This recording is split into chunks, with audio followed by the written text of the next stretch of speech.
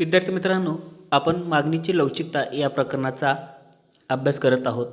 आज आपण मागणीच्या किंमत लवचिकता मोजण्याच्या पद्धती अभ्यासणार आहोत. प्रामुख्याने 3 पद्धतींच्या आधारे मागणीची किंमत लवचिकता मोजली जाते. त्यामध्ये गुणोत्तर पद्धत, एकूण खर्चाची पद्धत, बिंदू पद्धत आणि किंवा भूमिती पद्धत या 3 पद्धतीच्या आधारे मागणीची किंमत लवचिकता मोजली जाते. त्यातील पहिली पद्धत आहे गुणोत्तर किंवा शेकडेवारी पद्धत. विद्यार्थी मित्रांनो, गुणोत्तर किंवा शेकडेवारी पद्धत प्रामुख्याने प्राध्यापक मार्शल यांनी ही विकसित केलेली पद्धत आहे. मागणीतील शेकडा बदलाला किमतीतील शेकडा बदलाने भागाकार करून मागणीची लवचिकता मोजली जाते. प्रामुख्याने किमतीत किती शेकडा बदल झाला आणि मागणीत किती शेकडा बदल झाला. मग मागणीतील जो शेकडा बदल आहेत, मागणीतील झालेला शेकडा बदल भागिले किमतीत झालेला शेकडा बदल या आधारे प्रामुख्याने गुणोत्तर पद्धतीने किंवा शेकडावारी पद्धतीने लवचिकता मोजली जाते. शेकडेवारी पद्धतीला प्रमाणित पद्धत असेही म्हणतात. मागणीची लवचिकता मोजण्याच्या गुणोत्तर पद्धतीला गणितीय किंवा शेकडेवारी पद्धत असेही म्हणतात. डॉक्टर मार्शल यांनी विकसित केलेली ही जी पद्धत आहे, या पद्धतीत मागणीतील शेकडा बदलाला किमतीच्या शेकडा बदलाने भागाकार करून मागणी लवचिकता मोजली जाते. त्यासाठी प्रामुख्याने खालील सूत्राचा वापर केला जातो. यामध्ये मागणीची लवचिकता बरोबर मागणीतील शेकडा बदल भागिले किमतीतील शेकडा बदल. मागणीमध्ये किती बदल झाला. आता प्रामुख्याने मूळ किंमत असताना त्यामध्ये किमतीत किती बदल झाला, किती टक्के बदल झाला आणि मूळ मागणी असताना मागणीमध्ये बदलल्यानंतर किती बदल झाला, हे टक्केवारीच्या आधारे दर्शवलं जातं आणि त्या पद्धतीने इथे लवचिकता काढली जाते. अशा पद्धतीने गुणोत्तर किंवा शेकडेवारी पद्धतीने लवचिकता मोजली जाते. दुसरी पद्धत आहे एकूण खर्च पद्धत. विद्यार्थी मित्रांनो, ही पद्धतसुद्धा प्राध्यापक मार्शल यांनी विकसित केलेली आहेत. प्रामुख्याने मूळ किमतीला वस्तूवर येणारा खर्च व बदललेल्या किमतीला होणारा खर्च यांची तुलना करून मागणीची लवचिकता मोजता येते. आता येथे मूळ किंमत आणि बदललेली किंमत प्रामुख्याने यांच्या आधारे ही लवचिकता काढली जाते. ही पद्धत डॉक्टर मार्शल यांनी विकसित केलेली आहे. या पद्धतीला एकूण उत्पन्न पद्धत असेही म्हणतात.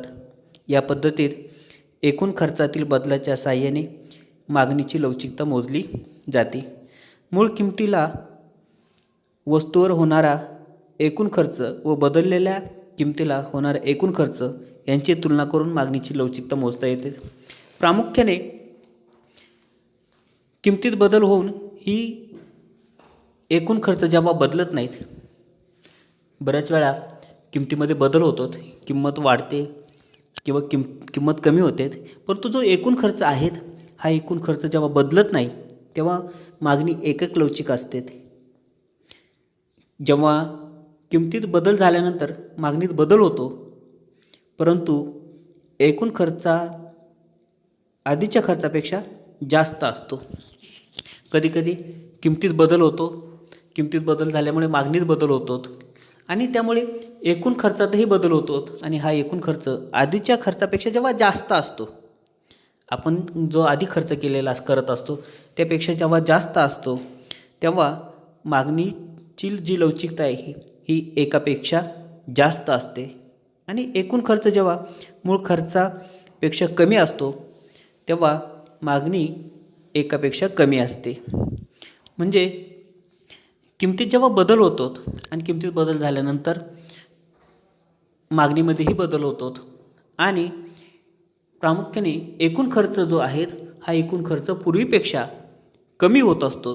जेव्हा पूर्वीपेक्षा कमी होत असतो तेव्हा ही जी लवचिकता आहे तेव्हा मागणीची लवचिकता एकापेक्षा कमी असते.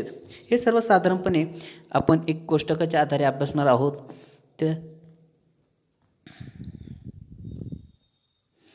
सर्वसाधारणपणे एकूण खर्च पद्धतीमध्ये एकूण खर्च म्हणजे किंमत व मागणी यांचा गुणाकार प्रामुख्याने केला जातो की किंमत आणि मागणी यांचा गुणाकार केला जातो. आणि एकूण खर्चामध्ये काय बदल होतो? एकूण खर्चामध्ये काय बदल होतो?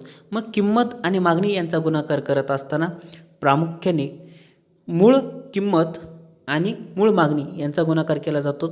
त्यानंतर बदललेली किंमत आणि बदललेली मागणी यांचा गुणाकार केला जातो. त्या आधारे एकूण खर्चात काय बदल झालेला आहेत त्या बदलाच्या आधारे येथे लवचिकता काढली जाते. प्रामुख्याने एकूण खर्च मूळ खर्चापेक्षा जास्त असल्याने मागणीची लवचिकता एकापेक्षा जास्त असते, म्हणजे ही जास्त लवचिक मागणी आहे. त्यानंतर एकूण खर्च मूळ खर्च एवढा असल्यास एकक लवचिक असते. त्याचबरोबर एकूण खर्च व मूळ खर्चापेक्षा एकूण खर्च हा मूळ खर्चापेक्षा कमी असल्यास मागणीची लवचिकता एकापेक्षा कमी असते. हे प्रामुख्याने आपण एक कोष्टक दिलेले आहेत. या कोष्टकाच्या आधारे आपण समजून घेऊ की प्रामुख्याने इथे आपल्याला कोष्टक दिलेले आहे, एकूण खर्च पद्धत दिलेली आहेत. यामध्ये किंमत, मागणी, नग, एकूण खर्च दर्शवलेले आहेत. प्रामुख्याने कोष्टक आपल्याला दिसत आहेत. यामध्ये किंमत, मागणी, नग, एकूण खर्च आणि मागणीची लवचिकता कशी असणार आहे हे दर्शवलेले आहेत. प्रामुख्याने समजा अ वस्तू आहेत. अ वस्तूची 10 रुपये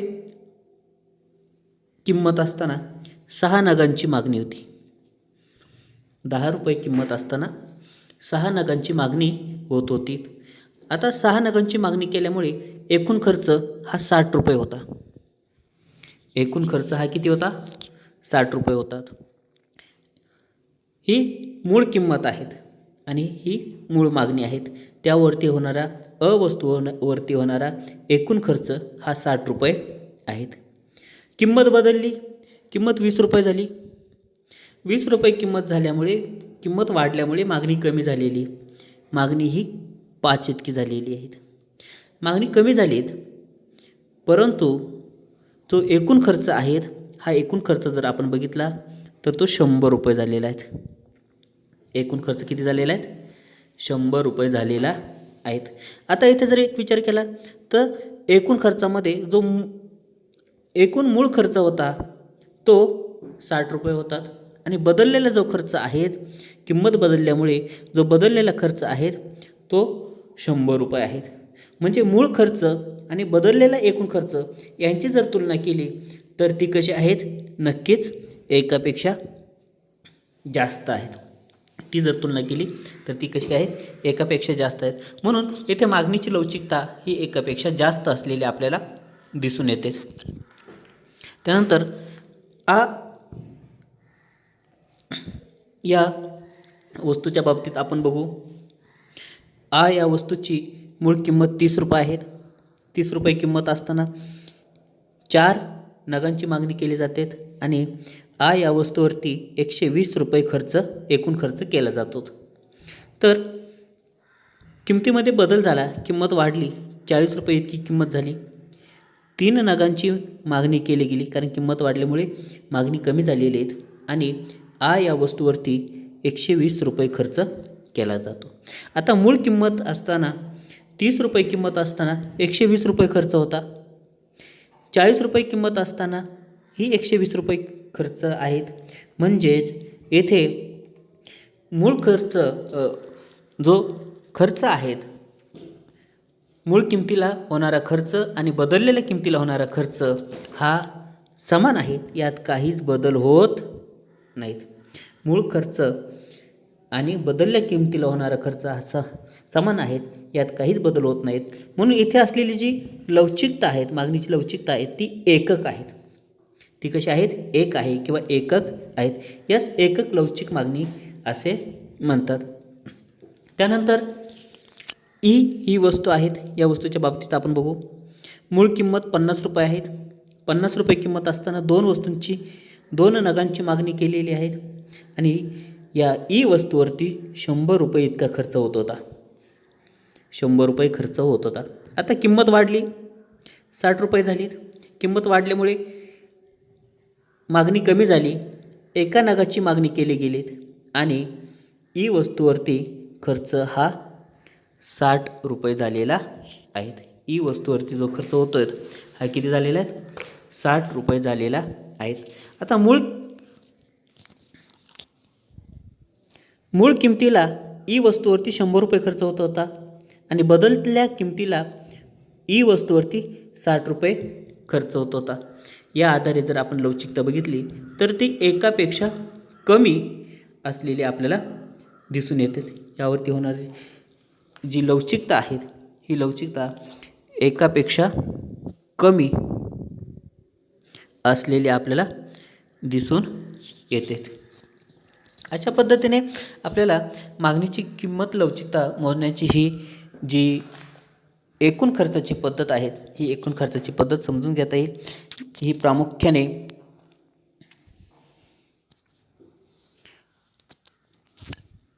एकूण खर्चातील बदलाच्या साहाय्याने मागणीची लवचिकता मोजली जाते.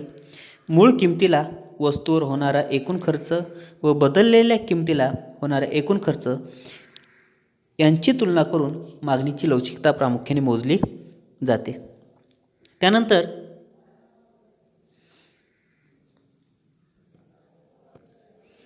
मागणीची किंमत लवचिकता मोजण्याची तिसरी पद्धत आपण अभ्यासणार आहोत.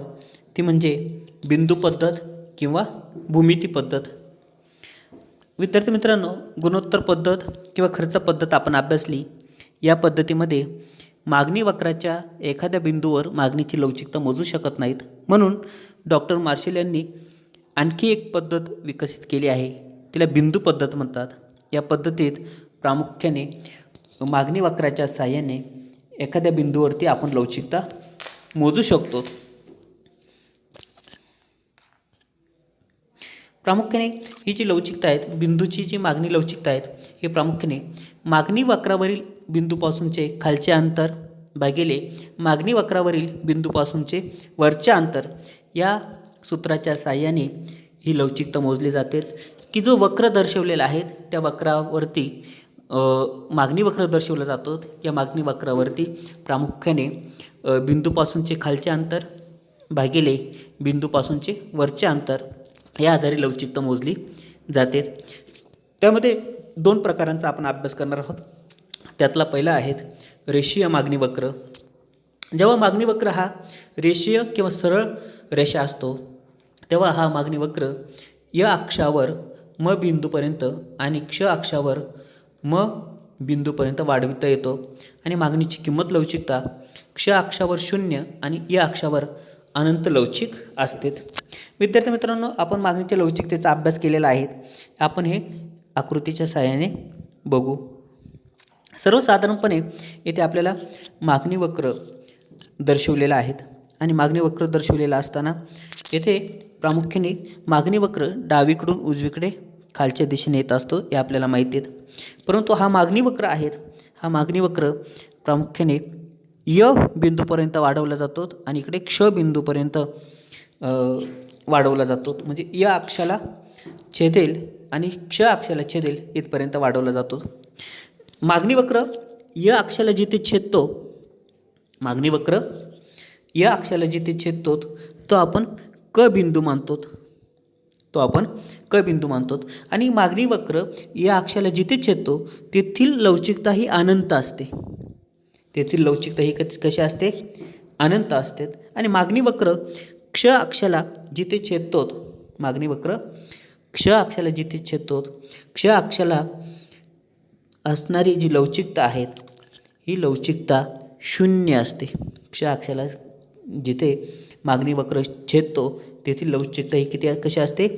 0 असते आणि ही लवचिकता 0 असलेली आपल्याला दिसून येते. आता मागणी वक्राचे इतर जे बिंदू आहेत या इतर बिंदूंची आपल्याला लवचिकता मोजायची आहेत, ते आपण पुढील पद्धतीने मोजू.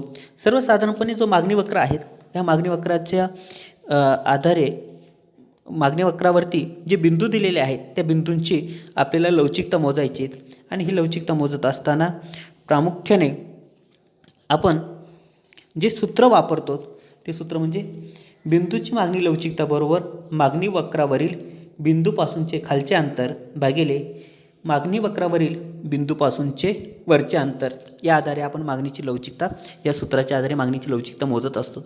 आता प्रामुख्याने आपल्याला या बिंदूची मागणी लवचिकता मोजायची आहेत. आता सूत्राचा जर वापर केला तर बिंदूपासून खालचे अंतर आणि बिंदूपासून वरचे अंतर. आता प्रामुख्याने एक विचार करू आपण की जो मागणी वक्र दिलेला आपल्याला मागणी वक्र दिलेला आहे, रेषीय मागणी वक्र दिलेला आहे, याची जी लांबी आहे ही 8 सेंटीमीटर आहे असे आपण गृहीत धरू. याची लांबी किती आहे? 8 सेंटीमीटर. आणि आता आपण 2 या बिंदूची लवचिकता कशी मोजता येईल हे अभ्यासू. आता सूत्राचा वापर करू. 2 बिंदूपासून खालचे अंतर, 2 बिंदूपासून खालचे अंतर किती आहे? 4 इतके आहेत. किती आहेत? 4 सेंटीमीटर इतके आहेत. आणि भागिले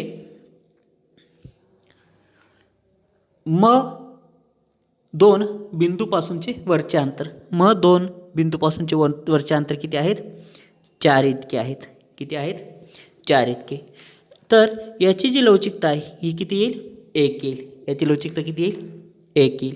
बघा इथे 2 बिंदू जो आहेत त्याची लवचिकता ही 1 आलेली आपल्याला दिसून येतात.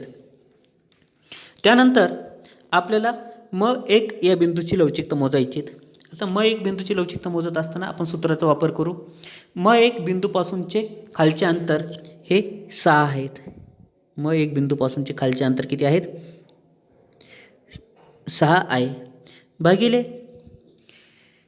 1 बिंदूपासूनचे वरचे अंतर हे 1 असलेले आपल्याला दिसून येते.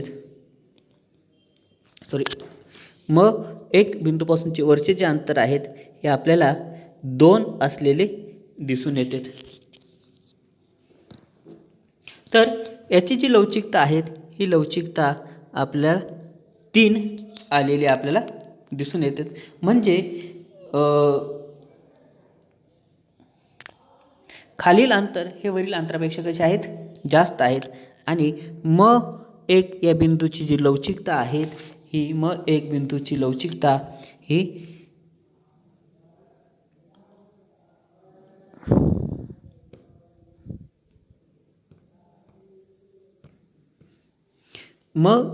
या बिंदूची लवचिकता एकापेक्षा जास्त असलेली आपल्याला दिसून येते. त्यानंतर आपण 3 या बिंदूची लवचिकता बघू. सूत्राचा जर वापर केला तर सूत्रावरून लक्षात येते की 3 बिंदूपासूनचे खालील अंतर 2 इतके आहेत आणि 3 बिंदूपासूनचे वरील अंतर हे 6 इतके असलेले आपल्याला दिसून येते.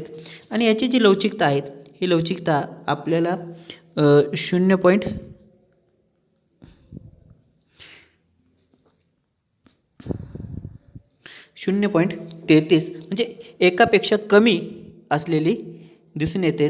म्हणजे इथे असलेली जी लवचिकता आहे ही एकापेक्षा कमी असलेली दिसते. म्हणजे 3 या बिंदूची लवचिकता ही एकापेक्षा कमी असलेली आपल्याला दिसून येते.